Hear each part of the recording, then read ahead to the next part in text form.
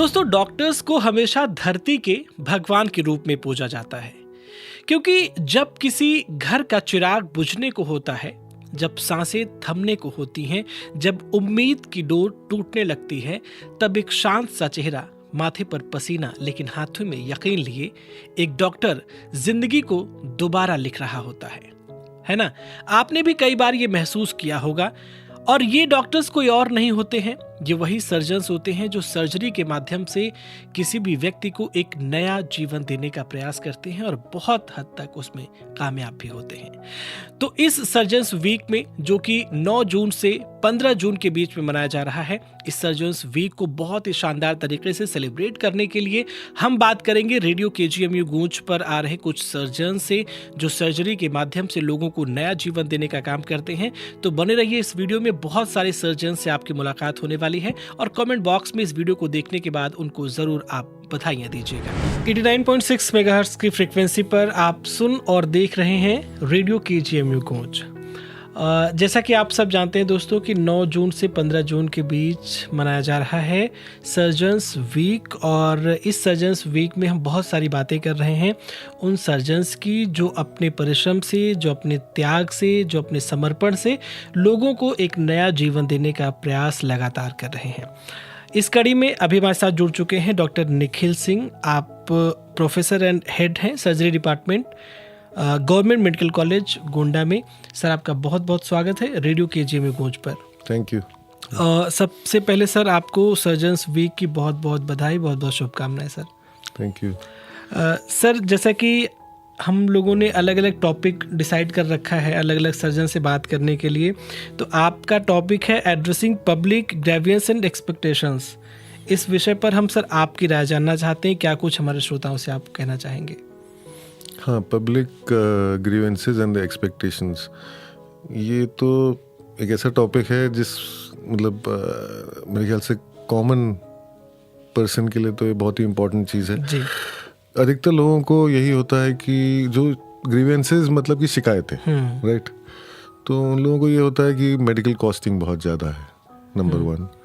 Number 2, doctor ने ठीक से देखा नहीं या समय नहीं दिया। नंबर 3, कि जो मैं एक्सपेक्ट करके गया था वो वैसे मेरे को मिला नहीं। मतलब कि जैसे जब किसी हॉस्पिटल में आप गए तो आपको लगा कि ये सब फैसिलिटीज़ होनी चाहिए, तो वो नहीं थी। तो ये जनरली इन्हीं चीज़ों पे ग्रीवेंसेस होती हैं, या डॉक्टर लेट आ रहा है, या मतलब देखिए लेट आ रहा है वो भी उसके लिए एक बड़ी इंपॉर्टेंट चीज़ होती है कि वो लेट आ रहा है। तो हम लोग पहली चीज़ पे अगर बात करें आजकल की मेडिकल कॉस्टिंग के बारे में, क्योंकि आप पहले के ज़माने में देखेंगे तो चीज़ें कंपैरेटिवली जैसे कहेंगे ना ज़्यादा चीपर थी, इन द सेंस कि जो मेडिकल कॉस्टिंग भी थी वो भी चीपर थी, कम थी, बिल्कुल। बट अब क्या है कि आप जो है वो भी चीज़ देखिए कि अब NABH एक चीज़ है जो नेशनल एक्रेडिटेशन है हॉस्पिटल्स का, जो गवर्नमेंट ने हॉस्पिटल्स में कंपलसरी, मतलब दे वांट कि हॉस्पिटल शुड टेक दैट, उनको लेना चाहिए वो। तो जब आप NABH एक्रेडिटेशन के लिए जाते हैं तो क्या होता है कि आपके हॉस्पिटल को एक स्टैंडर्ड मेंटेन करना होता है। जैसे जब हम लोग पहले बहुत सारी चीज़ों को रीयूज़ करते थे, जैसे हम लोग इन जनरल ऑल्सो कोशिश यही रहती है कोई चीज़ टूट जाए तो हम उसको पहले बना लें। ये हम लोगों की अपनी मेंटालिटी है कि भाई वो उसको फिर से बना के उसको यूज़ कर लें, इंस्टेड की चलता रहे तब तक इस्तेमाल होता रहे, इंस्टेड की जो अमेरिकन वाले की वो उठा के फेंक दो उसको, यूज़ एंड थ्रो। वो हम लोग जनरली नहीं है, जनरली बात कर रहा हूँ। तो सिमिलरली अब क्या है, NABH और इन सब में वो ये कहते हैं आपसे कि आप कोई भी चीज़ इस्तेमाल करिए तो उसको फेंक दीजिए।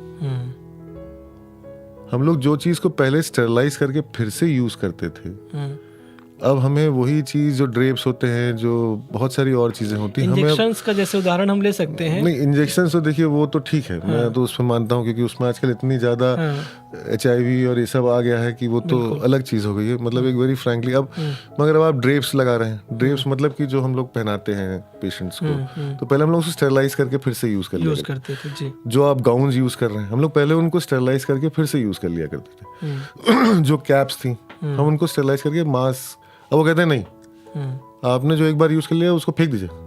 तो वही जो पहले 0 पे होती थी चीज, अब वही, क्योंकि गाउन 1000 cost रुपए, है, हाँ बिल्कुल। भाई 800-1000 रुपए मेरे को एग्जैक्टली नहीं मालूम है कितना, बट कुछ ना कॉस्टिंग होगी उसकी। कैप की अलग कॉस्टिंग होगी, आपकी मास्क की अलग कॉस्टिंग होगी, आपकी जो ड्रेप्स जो बिछाए जाएंगे पेशेंट के ऊपर जिससे कि स्टेरिलाइजेशन मेंटेन रहे उनकी अलग कॉस्टिंग होगी। तो आपका 2-3 हज़ार रुपए तो ऐसे ही बढ़ गया किसी भी सर्जरी से किसी भी सर्जरी से। मतलब मैं तो सर्जरी की बात करूंगा, और जी बिल्कुल। Because I am a surgeon. Plus अब हर एक को एग्जामिन करने के लिए आपको ग्लव्स पहनने हैं। तो आप ग्लव्स खरीदने जाएंगे तो मेरे ख्याल से 50-60 रुपए से तो कम का होता नहीं होगा, हो सकता है 20 रुपए का भी होता हो, मैं जानता नहीं, बट एक कॉस्टिंग तो है ही क्वालिटी के है। हिसाब से उसकी कॉस्टिंग। हाँ कॉस्टिंग तो है ही ना, उसकी कॉस्टिंग तो है ही है। तो अब वो कॉस्टिंग हॉस्पिटल कहाँ से लेगा? जाहिर सी बात है, पेशेंट से लेगा। उसके चक्कर में इन जनरल कॉस्टिंग बढ़ गई, but people do not realise कि जो सर्जन की फीस आज है, इन जनरल बातें कर रहा हूँ, कॉर्पोरेट को आप छोड़ दीजिए, प्रैक्टिकली आज से 5 साल पहले भी उसकी फीस 10% कम ही रही होगी या 20% कम रही होगी, उसने सिर्फ 10-20% ही अपनी फीस बढ़ाई होगी। बट इन जनरल जो मेडिकल कॉस्टिंग है आप देखेंगे वो फिनोमिनली 2-3 टाइम बढ़ चुकी है in the last, and specially after Covid, तो वो बहुत बड़ी है। तो सर इसका कुछ फायदा भी तो है हमारे पेशेंट्स को, जैसे आपने कहा कि यूज एंड थ्रो, जो इन्फेक्शन फैलने की चांसेस होते हैं या और भी जो बीमारियां वो जो कि आप लोग बेहतर समझा पाएंगे, तो कॉस्ट अगर बढ़ी है तो उसका कुछ फ़ायदा भी है? सर्टेनली बहुत फ़ायदा है। फ़ायदा इसलिए है कि जो पहले क्रॉस इन्फेक्शन, मतलब कि एक आदमी से दूसरे आदमी में इन्फेक्शन हो जाना है, जो डेडली डिजीजेज जो कोई भी नहीं चाहेगा कि दूसरे आदमी से अगले आदमी में जाए, मतलब अपने में ना आए वो तो अलग चीज़ है, वो दूसरे में भी ना जाए। तो जैसे कि आपके HIV एड्स वाली जो वायरस है, जो लिवर के वायरस हैं, HBsAg, HCV, ये सब ट्रांसमिशन प्रैक्टिकली अब ज़ीरो हो गया है। तो अब आप कहेंगे ज़ीरो हो गया है तो सिर्फ 2-3% लोगों को, मगर वो 2-3% भी हमारे लिए बहुत मैटर करता है। हम नहीं चाहते कि किसी को भी हो जी इस तरीके की चीज़। हर एक आदमी का मतलब कोई भी ऐसी चीज़ ना हो जो कि आपने नहीं चाहिए, या let us say you are not a part to get that infection. होता है ना कि आप मोटरसाइकिल चला रहे हैं 80 पे, तो आपका एक्सीडेंट हो गया तो आप कहेंगे 80 पे चला रहे थे, तो वो तो बेचारा अपना 10 की स्पीड पे चल रहा है, तो वो क्यों एक्सीडेंट हो उसका। मतलब मेरा ये कहने का मतलब है कि अगर आपने तो कोई ऐसा चीज़ करी नहीं जिसकी वजह से आपको वो चीज़ हो जाए। और सर एक चीज़ आपने जिक्र किया था कि मैं डॉक्टर को दिखाने गया था, ये सब मैं कर सकता हूँ कि हाँ पैसा 100 की जगह मैं 150 खर्चा कर सकता हूँ, लेकिन मैं अगर डॉक्टर को फीस दे रहा हूँ ठीक ठाक, तो कम से कम डॉक्टर मुझसे सही से बात करे और सही से मुझे समझाए। लोगों की ये भी शिकायतें रहती हैं कि जैसा आपने शुरुआत में बोला था कि डॉक्टर ने ठीक से बात नहीं की, तो इस पे आप क्या कहना चाहेंगे? इसमें देखिए एक्चुअली 2 एस्पेक्ट्स हैं, I will be very Frank with you. एक तो आपका जो गवर्नमेंट का एस्पेक्ट और एक कॉर्पोरेट का एस्पेक्ट है, और एक जो जैसे यहाँ पे नॉर्मल हॉस्पिटल जैसे मिशनरी हॉस्पिटल है या इन सब के एस्पेक्ट्स। तो जो गवर्नमेंट हॉस्पिटल है उसमें अगर आप देखेंगे तो देयर आर अबाउट हर OPD में 200 से 400 मरीज आते हैं दिखाने प्रतिदिन जी। और डॉक्टर की टीम कितनी होती है? 5-7 की, क्योंकि एक यूनिट में 5-7 ही लोग रहेंगे। तो अब उनको हर एक को 80 मरीज देखने, उनके पास टाइम लिमिटेड है। तो वो क्या करते हैं कि वो ये देखते हैं कि जो मरीज इंपॉर्टेंट है उसको ज़्यादा टाइम देते हैं। ऐसा नहीं है कि डॉक्टर आपको टाइम नहीं देना चाहता, बट डॉक्टर ही और शी आफ्टर टॉकिंग टू, आपसे बात करने के बाद और आपकी इन्वेस्टिगेशंस देखने के बाद वो जान जाते हैं, अधिकतर डॉक्टर्स, कि आपको आपके लिए कितना टाइम देना है आपको। अब जैसे कोई कैंसर का पेशेंट आता है तो आदमी बैठ के बात करेगा, उससे बात करेगा, उसके रिलेटिव से बात करेगा। मगर आप एक सिंपल कहेंगे मेरे को डायरिया है, तो दवाई लो भेजाओ तुम, चलता है। तो अगर मेरी बात तो सुनो, नहीं तुम दवाई लेके आना, चलो 2 दिन बाद आना। मतलब आपको सही चीज बता रहा हूँ, ऐसे ही होता है। फिर 2 दिन के बाद आप जाएंगे तो आप खुद ही कहेंगे, या तो आप अगर आपने उस समय कहा कि मेरा डायरिया नहीं ठीक हो रहा है, तब आप देखिएगा वो आपको टाइम देगा। तो it depends on the disease. Number 2, अगर अब आप कह रहे जैसे अब आप कॉर्पोरेट में जाएंगे, कॉर्पोरेट में तो उन लोगों को, मतलब I will be very Frank, उनके ऊपर वैसे ही इतना कंज्यूमर प्रोटेक्शन और कॉर्पोरेट का इतना ज़्यादा प्रेशर रहता है कि उनको तो वैसे भी वो लोग आराम से बैठा, क्योंकि वो लोग मरीज भी कम देखते हैं ना। अगर आप इफेक्टिवली देखें बिल्कुल। तो मेडिकल कॉलेज के कंपैरिजन में जो कॉर्पोरेट में मरीज देखता है, वो एसी के चेंबर में अपना बैठ के आराम से मरीज देख रहा है, तो वो आराम से देखता है। देखिए कोई भी गलत चीज़ नहीं है, वो भी अपना सही कर रहा है, अपना काम कर रहा है वो भी, और आप भी उसी से दिखाने जा रहे हैं, तो वो ठीक है। और जो बीच वाले होते हैं उनमें भी यही होता है कि भाई अच्छा ये है छोटी मरीज, ठीक है अच्छा अब आप ऐसा करिए, आप ये दवाई लीजिए, वो थोड़ा ज़्यादा टाइम देता है। बट जो मेजर प्रॉब्लम होती है वो यही होता है कि डॉक्टर ने ठीक से नहीं देखा, वो मेडिकल कॉलेज में होता है, मगर उसमें उनकी कोई गलती नहीं होती।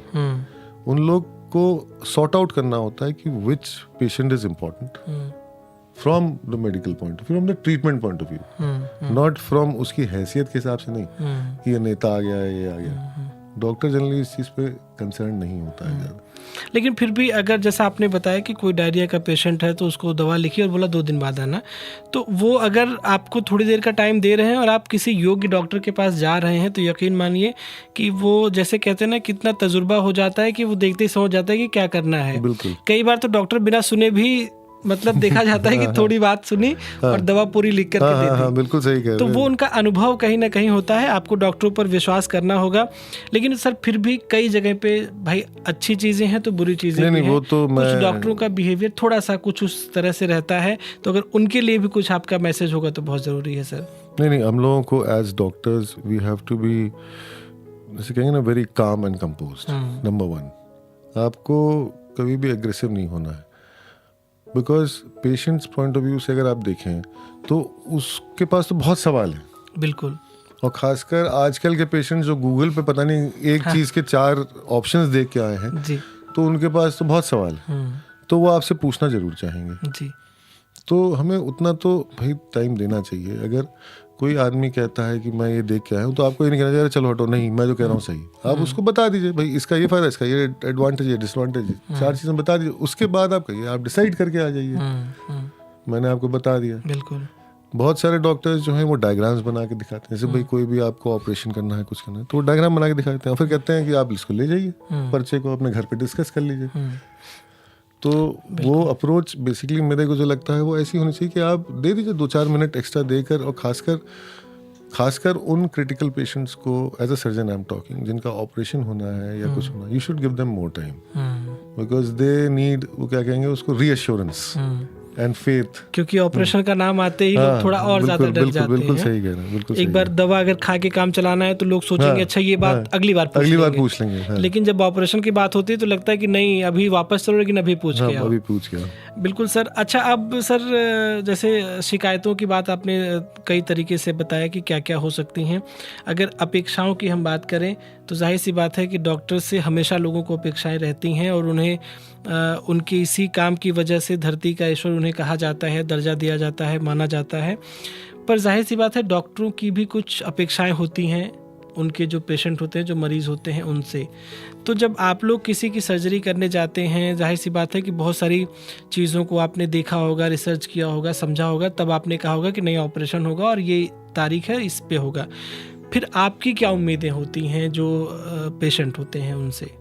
देखिए, उम्मीदें डॉक्टरों की बड़ी सिंपल होती हैं। उनका ये होता है हैव फेथ इन मी, आप हमारा विश्वास रखिए, हम जो चीज़ है वो आपको कुछ गलत नहीं करेंगे। अब क्या हो गया, थोड़ा सा I would like to differ on that कि you find some patients, not all but some patients you will find, जो आपसे आके बोलेंगे, मतलब दे विल लिटरली एक्ट कि आपको हमने कंसल्टेशन फीस दी है तो अब यू आर अ प्रोफेशनल। तो फिर धीरे धीरे करके इस वजह से भी बहुत सारे डॉक्टर्स का, अब जैसे हम लोग डिस्कस करते हैं ना कि वो आया ऐसे बोला ये है वो है, तो फिर हम लोग कहते हैं ठीक है, अगर हम प्रोफेशनल हैं तो हम आपको प्रोफेशनली डील करेंगे। आपने मतलब पैसा दिया तो हम आपको उसी हिसाब से ट्रीट करेंगे। कुछ लोगों के साथ हम लोग ऐसे ही करते हैं, जैसे जो जिस तरीके से हमसे बात करता है, जनरली तो हमें सब बड़े आराम से, हम लोग भी टॉक वेरी गुड, बट अगर कोई इस तरीके से आके आपके सर पे चढ़ने लगे तो आपको भी अपना दिमाग तो नहीं खराब करना है, तो आप भी उसको बता देते हैं बड़े sternly. Sometimes we have to tell them very sternly कि भाई ऐसा नहीं है, ये चीज़ ऐसी है, अब आप इसको पढ़ के फिर हमसे आइएगा, मिलिएगा। मतलब लिटरली आपको तब भी गुस्सा नहीं होना। मेरा बस यही है कि कभी भी डॉक्टर को अपना काम लूज नहीं करना चाहिए and deal with the patient. जो हमारी अपेक्षा है वो यही है कि आप हमारे ऊपर फेथ रखिए, जो भी हम आपके लिए कर रहे हैं वो बिल्कुल सही करेंगे।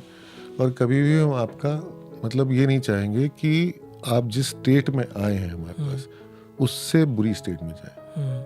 जैसे कभी कभी हम लोगों को कुछ ऑपरेशन, जब हम लोग पेट खोल भी देते हैं तो हम ऑपरेट नहीं कर पाते हैं, बिकॉज हमें मालूम है अगर हम ऑपरेट करेंगे तो ये कॉम्प्लिकेशंस हो सकते हैं। तो हमें बाहर जाके पेशेंट के अटेंडेंट्स को बताना पड़ता है कि हम आगे नहीं कर रहे हैं। तो there are situations in which patients get very aggressive कि आप ऑपरेट किया, आपने खोल क्यों दिया, नॉट रियलाइजिंग कि आप जो बोल रहे हैं आप अपने तजुर्बे से बोल रहे हैं, आप खुद उसकी भलाई के लिए बोल रहे हैं। बिल्कुल। तो वो चीज़ आपको ट्रस्ट रखनी है अपने डॉक्टर में कि वो आपको कुछ भी गलत नहीं बताएगा। इसीलिए देयर आर सम डॉक्टर्स जो पेशेंट के अटेंडेंट्स को ओटी के अंदर बुला लेते हैं, जो मेरे को लगता है बहुत गलत है। बिकॉज ओटी के अंदर आपका स्टेरिलाइज एनवायरनमेंट है, सब कुछ है, और प्लस कुछ लोग ब्लड देख के वो हैरान भी हो सकते हैं, नहीं होता है उतना अनुभव की। तो इट इज़ ऑलवेज बेटर कि आप बाहर जाके आप फोटोग्राफ्स ले लीजिए, कुछ भी उनको दिखाइए, एंड होपफुली वो लोग जब भी आपसे कुछ भी बात करना चाहेंगे आप उनसे बात करिए। तो मेरा बस अटेंडेंस और पेशेंट से यही कहना है कि आप लोग ट्रस्ट करिए अपने डॉक्टर में। अच्छा, मुझे लगता है कि सर सबसे बुरी सिचुएशन दोनों तरफ से हैंडल करने का यही होता होगा कि कोई ऑपरेशन आधे में पहुंचने के बाद फिर ये हो कि आगे नहीं बढ़ सकता है, पीछे लौटना है हमें। ऐसी स्थिति सर कभी आपने मतलब फेस की हो जहाँ पे बहुत ज़्यादा समस्याएं आपको भी हुई हो सोचने को लेकर के? या आज ही जो मैं लेट हो गया अभी आने में, तो एक पेशेंट था जिसके पहले लैप्रोस्कोपिक गॉल ब्लैडर के लिए गया था वो पेशेंट किसी हॉस्पिटल में। तो वो मेरे पास 2 महीनों से उसके पेट में एक गांठ बनी हुई है। मैं काफ़ी समय से उसको देखा था, फिर मेरे को लगा कैंसर है। मैंने पेशेंट के अटेंडेंट से भी बात करी, उसकी 2 बार सीटी भी हुआ, एक FNAC की जांच भी हुई, सब में नॉन कैंसरस आया। तो फिर मैंने कहा चलो उसको ऑपरेट करते हैं। मगर गांठ अच्छी खासी थी, मतलब 10 into 10 सेंटीमीटर्स की right side of the abdomen में थी। जब खोला उसको तो देखा कि वो गांठ सिर्फ 10 by 10 की नहीं, वो 20 by 20 की, क्योंकि ऊपर से जो होता है ना, जैसे आइसबर्ग को आप कहते हैं ना, ऊपर छोटा दिखता है नीचे बड़ा होता है, तो वो उतनी बड़ी थी। और जो CT स्कैन में जो फाइंडिंग्स आई थी वो उससे मतलब मैच इतना ज़्यादा नहीं करी जो उसमें लिखा। और वो गॉल ब्लैडर का मास था, मगर उसमें सब इंटेस्टाइन चिपकी हुई थी, उसमें मोमेंटम एक चीज़ होती है वो चिपकी हुई थी, मतलब चिपके हुए थे इस तरीके से कि बुरी तरीके से चिपके हुए थे। तो फिर मैं गया बाहर, मैंने अटेंडेंट को बताया। बट मैं इसमें एक चीज़ ऐड करना चाहूँगा, मैंने ऑपरेशन के पहले भी कल रात को काउंसलिंग करी थी पेशेंट के अटेंडेंट्स की। सबसे इम्पोर्टेंट होता है काउंसलिंग। बिल्कुल। तो दे अंडरस्टूड कि हाँ ठीक है, आपने जो बताया था ये हो सकता है। तो मैंने कहा हाँ ये हो सकता था, मैंने आपको कल रात को भी बताया था। तो उन्होंने कहा आपने उसमें एक ये प्रोसीजर भी प्लान किया था। मैंने कहा मैंने देखने के बाद मेरे को लग रहा है मेरे को एक्स्ट्रा प्रोसीजर करने की जरूरत नहीं है। So they were very happy, मतलब हैप्पी इन द सेंस, मतलब दे वो ना खुश नहीं थे, they said they understood, that is what I mean to say. So the important thing is counselling. जो आपने भी बोला ना, अगर आपने पहले से अपने पेशेंट के अटेंडेंट्स को काउंसिल करके रखा है, उनको कुछ टाइम दे के रखा है, तो I feel most of the times you will not land into this argument, और जो नहीं होता है डिसटेस्ट जिसे कहते हैं, मतलब कि पेशेंट और अटेंडेंट का, डॉक्टर का। तो ये बिल्कुल सही कहा, अगर शायद आपने काउंसलिंग नहीं की होती तो शायद वो नाराज भी होते कि आपने तो पहला कुछ मुझे ऐसे बताया नहीं था। एक छोटी सी बात है सर, ऐसे ही मतलब मैंने किस्सा सुना था कि भाई एक प्लेन थी जो मतलब उड़ान भरने से पहले पता चला कि कुछ खराबी आ गई उसमें, तो अनाउंसमेंट हुआ कि ये करीबन 1 घंटे बाद उड़ान भरेगी। और फिर वो लोग अंदर से कुछ बना रहे थे और प्लेन 10 मिनट में बन के तैयार हो गई। और फिर हुआ कि जो टेक्निकल दिक्कत थी वो सही हो गई। उन्होंने अनाउंसमेंट किया कि प्लेन अब उड़ने के लिए तैयार है। तो पहले 1 घंटा बताया, लोगों में गुस्सा आया, उनको मालूम था कि प्लेन 15 मिनट में बन जाएगी, लेकिन उन्होंने 1 घंटे का टाइम बताया और फिर 10 मिनट में बन गया और 15 मिनट में वो उड़ान भर दी। तो लोगों की थोड़ी मेंटालिटी होती है, अगर आप उनको किसी भी चीज़ के लिए काउंसलिंग कर दें, उनको बता दें कि हाँ ये हो सकता है, और फिर उससे आप बहुत पहले ही उस चीज़ को सही कर ले जाएं, तो वो खुश हो जाएंगे बल्कि। तो ये जाहिर सी बात है, जो सर्जन होते हैं उनका ये गुण भी होता है, और बहुत बेहतर तरीके से आपने बताया, और बहुत सारी चीज़ों को इससे हैंडल भी किया जा सकता है।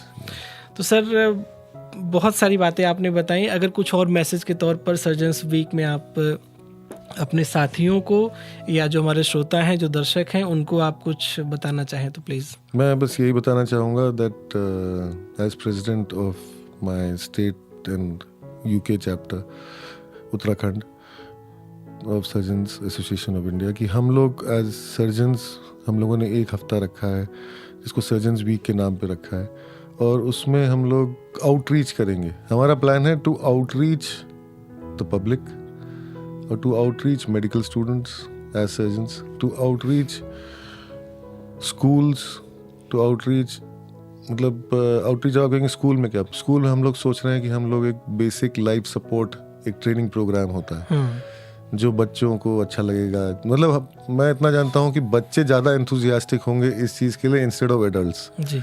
और उसी तरीके से हमारे जो अब ओपीडीज़ में इंस्ट्रक्शंस गए हुए हैं कि हम लोग जो आपके पब्लिक अवेयरनेस प्रोग्राम्स होते हैं जिसमें जैसे ब्रेस्ट कैंसर होता है, ओरल कैंसर्स होते हैं, बहुत सारी और चीज़ें होती हैं, डायबिटिक फुट होता है, डायबिटीज़ वाले पेशेंट्स में जो पैरों में इन्फेक्शन हो जाते हैं उनके लिए भी आउटरीच होगा। फिर मेडिकल स्टूडेंट्स के लिए क्या है, हम लोगों ने प्लान किया है कि हम लोग उनसे पोस्टर्स बनवाएंगे और उनको थोड़ा सा ये हम लोगों का अपना स्वार्थ है कि हम लोग चाह रहे हैं कि अधिकतर लोग सब सर्जरी लें, तो उनको हम लोग प्रमोट करेंगे आप हमारा ब्रांच लीजिए और ये करिए। तो मतलब basically interaction with all aspects of life and we wish you all the best from our side to the public.